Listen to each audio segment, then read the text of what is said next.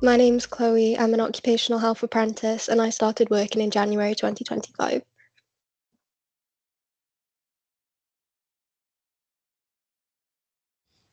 So I started on a work experience program called Bright Starts. That's a service that's offered to all children in the care system. So I was offered 6 months work experience and I started that in January and then I sort of just worked my way up to becoming an apprentice since then.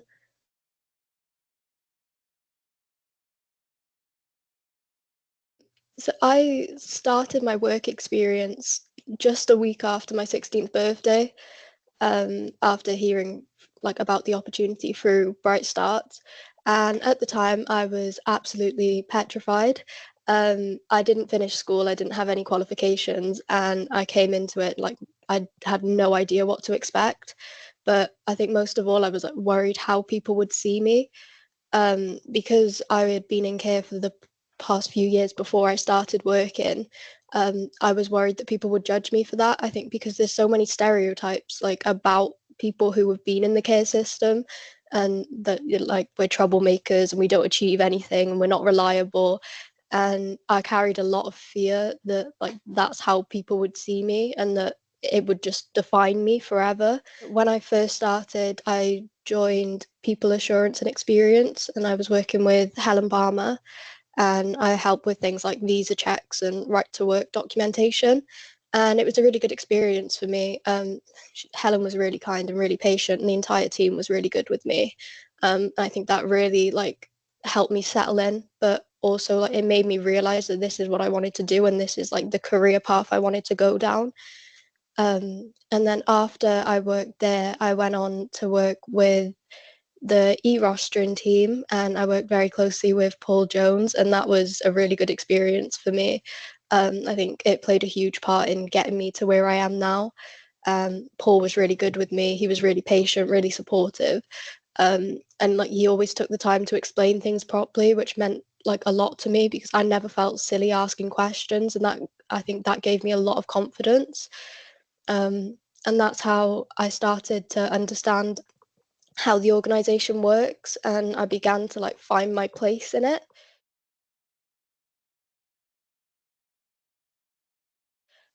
Um, and like it was difficult. There was a lot of like challenges along the way at the start. Like I struggled a lot with confidence and I doubted myself and I worried that people would think that I wasn't capable because of my background or my lack of qualifications. And I think like sometimes I'd make mistakes and I'd take them personally, thinking that I wasn't good enough. But what worked well for me was like having people who believed in me. Like when I would do something wrong, people wouldn't like shame me for it.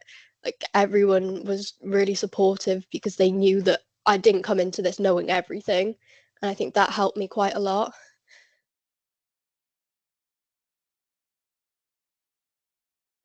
I think there's quite a few, well, I think there's like one or two things that the organization could have done differently. I'd probably say I would have helped more to have like regular feedback and check-ins like during my first few months especially, just to make sure like I was on the right track to build my confidence early on. Because confidence was something that I struggled with from the start, and I think everyone knew that. And I think having that opportunity to like talk to people about it and what was working well for me and what wasn't, I think that would have helped me quite a lot. Another thing that's more like since I've started my apprenticeship, I would say like having opportunities to connect with other apprentices. I think like knowing that there was people my age going through similar things, I think that would have made me feel a bit more comfortable, like especially when I first started, just because everything was so new to me, and like that was something that was never offered.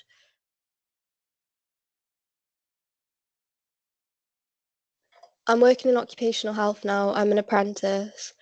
I think I'm proud of that. I'm not like just doing work experience anymore. Like I'm here, I'm getting paid to be here. I think that's a great thing for me. Um, I'm proud of the amount of confidence that I've gained. Like when I first started, I couldn't even talk to people. I was like a completely different person. And I do think that my confidence has grown massively since I've been here. I think my biggest achievement of all is since I've started my apprenticeship, I've completed my level one in maths. I'm now on track to do my level one in English in December, as well as my digital admin qualification. That's a level one as well. And I'll get those hopefully by the end of the apprenticeship. But I think that's definitely my biggest achievement because I came into this thinking that I had messed my life up completely because I had nothing, I had no qualifications, and I've gained things since being here. I think being here has like taught me to set goals for myself. I'm the type of person, if I have something to work towards, I'm just going to work 10 times harder. So I definitely want to go on to do my level twos and possibly then my level threes when I finish my apprenticeship.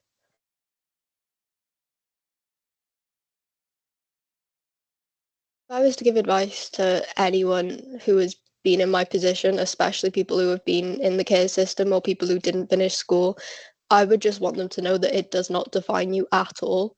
I came into this and I thought that I would just have like a banner above my head forever telling people that I was in care and that's it. Like that's all people would ever see me as. Um, but it's not like that. My past does not define me.